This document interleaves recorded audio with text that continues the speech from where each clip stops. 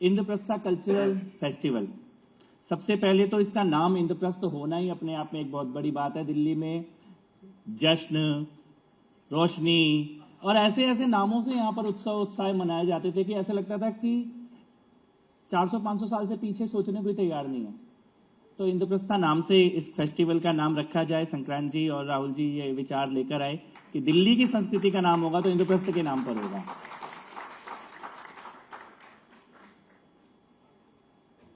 और ये केवल शुरुआत है। मैं तो इस बार भी राहुल जी से रिक्वेस्ट कर रहा था कि स्टेडियम में करते हैं, बहुत बड़ा करते हैं। तो उन्होंने कहा पहली शुरुआत है, हम इंडिया हैबिटेट सेंटर से करेंगे। फोकस डिस्कशन भी होगा, कल्चर के बारे में बात भी होगी, लिटरेचर के बारे में बात भी होगी। लेकिन मैं ये कहना चाहता हूं कि हम लोग, पूरी दिल्ली की सरकार चट्टान की तरह आपके साथ खड़ी है और इसको जितना बड़ा आप बना सकते हैं बनाइए।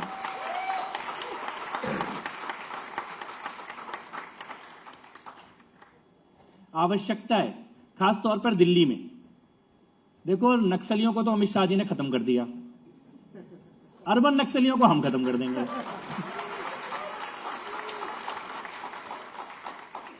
इस प्रकार के संवादों से, इस प्रकार के कार्यक्रमों से, इस प्रकार के डिस्कशन से, डिबेट से, जहां लॉजिक, तथ्य और सत्य की बात होगी, वहां अर्बन नक्सल अपने आप खत्म हो जाएगा। वो टिक नहीं सकता। बात बस इतनी है कि सत्य की बात शुरू हो जाए, लॉजिक की बात शुरू हो जाए, तथ्यों की बात शुरू हो जाए, विज्ञान की बात शुरू हो जाए, साइंटिफिक टेम्परामेंट में डिस्कशन शुरू हो जाए, एविडेंसेस की बात शुरू हो जाए, तो ये कम्युनिस्ट, इस्लामिस्ट, जिहादी, अर्बन नक्सल ये बच ही नहीं सकते ऐसी किसी जगह पर भी। ये खाली तब तक बच सकते हैं जब तक झूठ हो रहा हो, झूठ की बात हो रही हो, नकली बातें हो रही हो।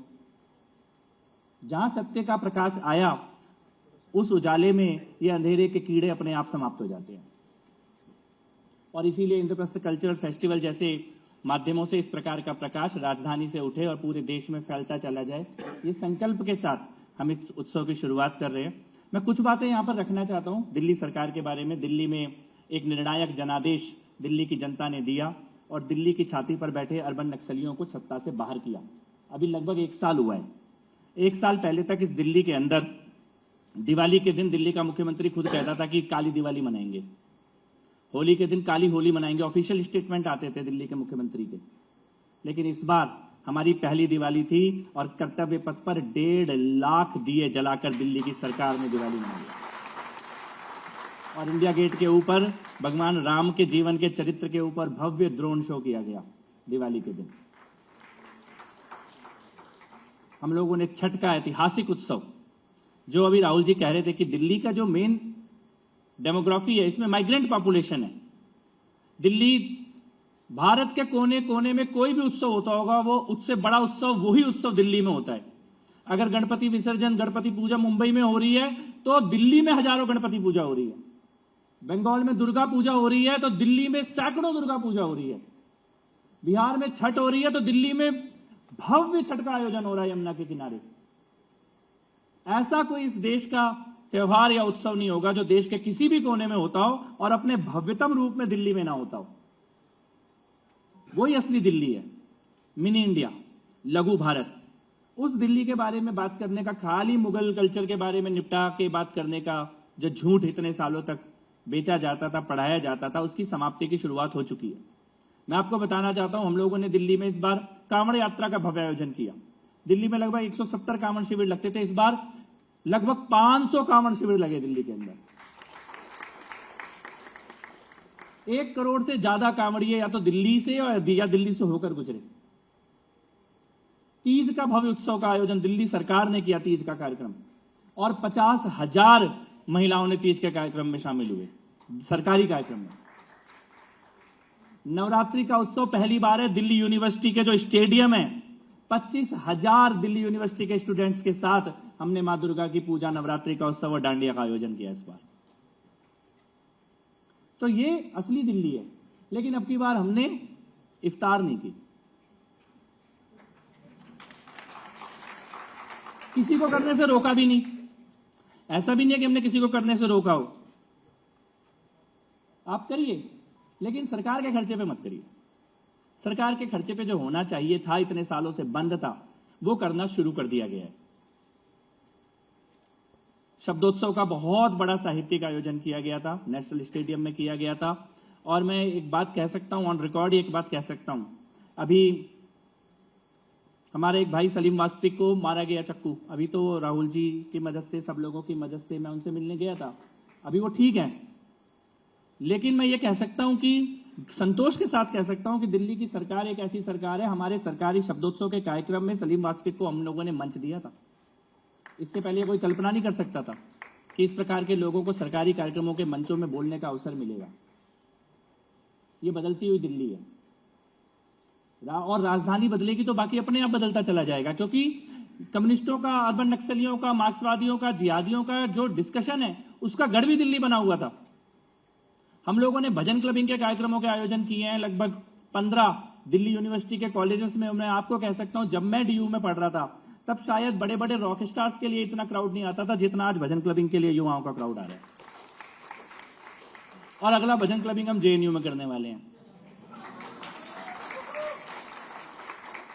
इसलिए नहीं कि हम जबरदस्ती जाके कर रहे हैं, वहां से डिमांड आ रही है, वहां का सारा युवा कह रहा है भजन क्लबिंग का कार्यक्रम हमारे यहां पे होना चाहिए। इस प्रकार जो नैरेटिव की लड़ाई है, जो इतिहास की लड़ाई है, जो सत्य की लड़ाई है, उसको बदलने का प्रयास हम सब लोग मिलकर कर रहे हैं। संगम टॉक्स ने एक इतिहास रचा ही है, जो आपने करके दिखाया उसके लिए नमन है आपको। संक्रांत जी ने सैकड़ों हजारों पुस्तकें जिनको एक प्लेटफॉर्म दिया छपने का। अमीश जी यहाँ पर बैठे हैं, कर्नल साहब यहाँ पर बैठे हैं, सब लोग अपने अपने जगह पर एक योद्धा की तरह डटे हुए हैं। और ये तो सत्य है कि हमारा एक योद्धा अगर खड़ा हो जाए तो उनके 1000 2 मिनट में भाग जाते हैं। तो आइए मिलकर इंद्रप्रस्थ कल्चर फेस्टिवल में ये आह्वान और संकल्प के साथ आगे बढ़ें कि राजधानी को और पूरे देश को अर्बन नक्सलियों से मुक्त करना है, इनके झूठ से मुक्त करना है। राम जी यहाँ पर बैठे हैं, गोवा से आए हैं। मैं ये बताना चाहता हूँ, मैं बताना भूल गया, आपके माध्यम से दिल्ली सरकार के साथ मिलकर हमने शिवाजी के शस्त्रों की प्रदर्शनी भी इस बार दिल्ली में लगाई थी। तो इस प्रकार के, और एक चीज और मैं राहुल जी को बोल रहा था उस दिन मजाक मजाक में कि शायद हम लोग अकेले होंगे कि सुबह ओवैसी भी हमें गाली देता है और शाम को हमारा इधर अर्बन नक्सलियों से बिका हुआ कोई पिट्ठू होता है वो भी शाम को गाली दे रहा होता है। एक ही दिन में दोनों की गाली खा रहे हैं आजकल हम लोग। और ऐसे भी लोग बैठे हुए हैं, उनको भेड़िए बोलो, लगड़बग्गे बोलो, कुछ भी बोलो कि वो क्या है, 4 साल हिंदुत्व की बात करी और मौका लगते ही पीठ पे खंजर, गाली देना शुरू। ऐसे भी घूम रहे हैं, आज के टाइम पे ज्यादा घूम रहे हैं। उनको ये लग रहा है कि हमें दिखाई नहीं दे रहा। वो इतनी बड़ी बात बोलेंगे कि ये नहीं हो रहा, वो नहीं हो रहा। भाई तू बोल ही इसीलिए रहा है कि 2014 के बाद ये देश बदल गया। क्या कोई सोच सकता था 2014 से पहले कि दिल्ली की सरकार इंद्रप्रस्थ कल्चरल फेस्टिवल करा लेगी? सोच सकता था कोई? उसमें साथ जुड़ जाएगी संगम टॉक्स के? कोई सोच सकता था शब्दोत्सव जैसे कार्यक्रम हो जाएंगे? इस प्रकार का दिल्ली सरकार का मंत्री खड़े होकर मंच पे ये बात बोल देगा, ये सारे मीडिया के कैमरे खड़े हैं सामने, इसके सामने डंके की चोट पे कोई डर नहीं है मैं बोलने में।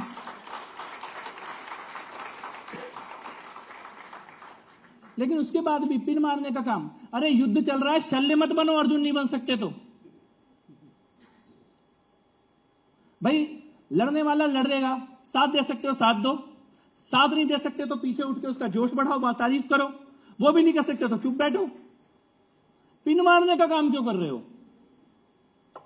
इसका मतलब कहीं ना कहीं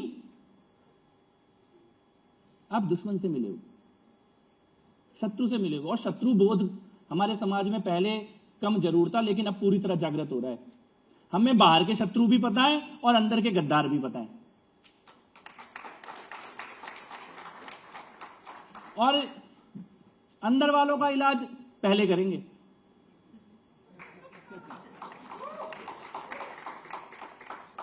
तो मैं ये जरूर कहना चाहता हूं और बड़ी गंभीरता से कहना चाहता हूं कि पूरा विश्व जो है एक बहुत ही अलग दौर से गुजर रहा है। और इस बदलते हुए दुनिया में पूरा विश्व बदल रहा है और भारत भी बदल रहा है। बदलता हुआ भारत है और बदलता हुआ विश्व है। और उसमें अगर हम सम्मान के साथ खड़े हैं तो इसलिए खड़े हैं कि हम एक हैं, मुट्ठी बंद है। और ये बात आंख मूंद के भी हम लोग समझ सकते हैं कि दुनिया में इस वक्त जो दुर्गति हो रही है, जो दुनिया की हालत हो रही है, उसमें हम तो आज भी कल्चरल फेस्टिवल कर रहे हैं। बाकी जगह इस वक्त सोच नहीं सकता कोई फेस्टिवल के बारे में। ये दुर्गति है, मिसाइल कहां गिरेगी और बम कहां गिरेगा ये नहीं पता दुनिया के आधे से ज्यादा देशों को आज की तारीख में, जो अपने संपन्नता के जलवे दिखाया करते थे। तो मजबूत होकर खड़े हो। सौभाग्यशाली है कि नेतृत्व भी मजबूत है हमारा। सौभाग्यशाली है कि ऐसे सैकड़ों हजारों योद्धा जागृत हो गए और इकट्ठे भी हो रहे हैं एक मंच पर। सनातन की और धर्म की बात खुलकर की जा रही है। ये टांग खींचने का समय नहीं है, ये हाथ मिलाकर आगे बढ़ने का समय है। और संकट के दौर में जो टांग खींचता है वो शत्रु के अलावा और कुछ नहीं है। तो आइए मिलकर मां जगदंबा से, मां भगवती से, बजरंगबली से ये प्रार्थना करें कि हमारा राष्ट्र इसी प्रकार से जिस रास्ते पर चल रहा है उसी रास्ते पर आगे बढ़ता रहे।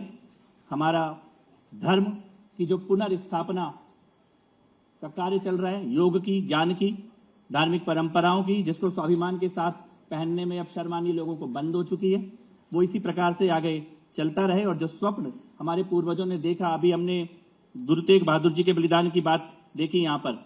मैं गर्व के साथ एक बात कह सकता हूं, गुरु तेग बहादुर जी के शहीदी को 300 साल पूरे हुए हैं। और 300 साल पहले जब मुगलों ने लाल किले से भाई सतीदास जी, भाई मतीदास जी, भाई दयाला जी और गुरु तेग बहादुर जी उनके फरमान जारी किए होंगे, तब उन्होंने सपने में नहीं सोचा होगा कि 300 साल के बाद लाल किले के सामने अब की बार हम लोगों ने 3 दिन का मेला लगाया गुरु तेग बहादुर जी की शहादत का। 10 लाख लोग उस मेले में आए लाल किले के ठीक सामने, और लाल किले की दीवार पे हमने प्रोजेक्शन किया गुरु तेग बहादुर जी के इतिहास का, लाल किले की दीवार पे। तो 300 साल पहले उसने सपने में नहीं सोचा होगा कि 300 साल के बाद गुरु तेग बहादुर जी के मेले लगेंगे, औरंगजेब की कब्र पे कोई दिया जलाने वाला नहीं मिलेगा। उस वक्त वो ये सोचते होंगे कि आज के बाद तो अस्त हो जाएगा ये सनातन का सूरज। सनातन का सूरज अभी उगना शुरू हुआ है।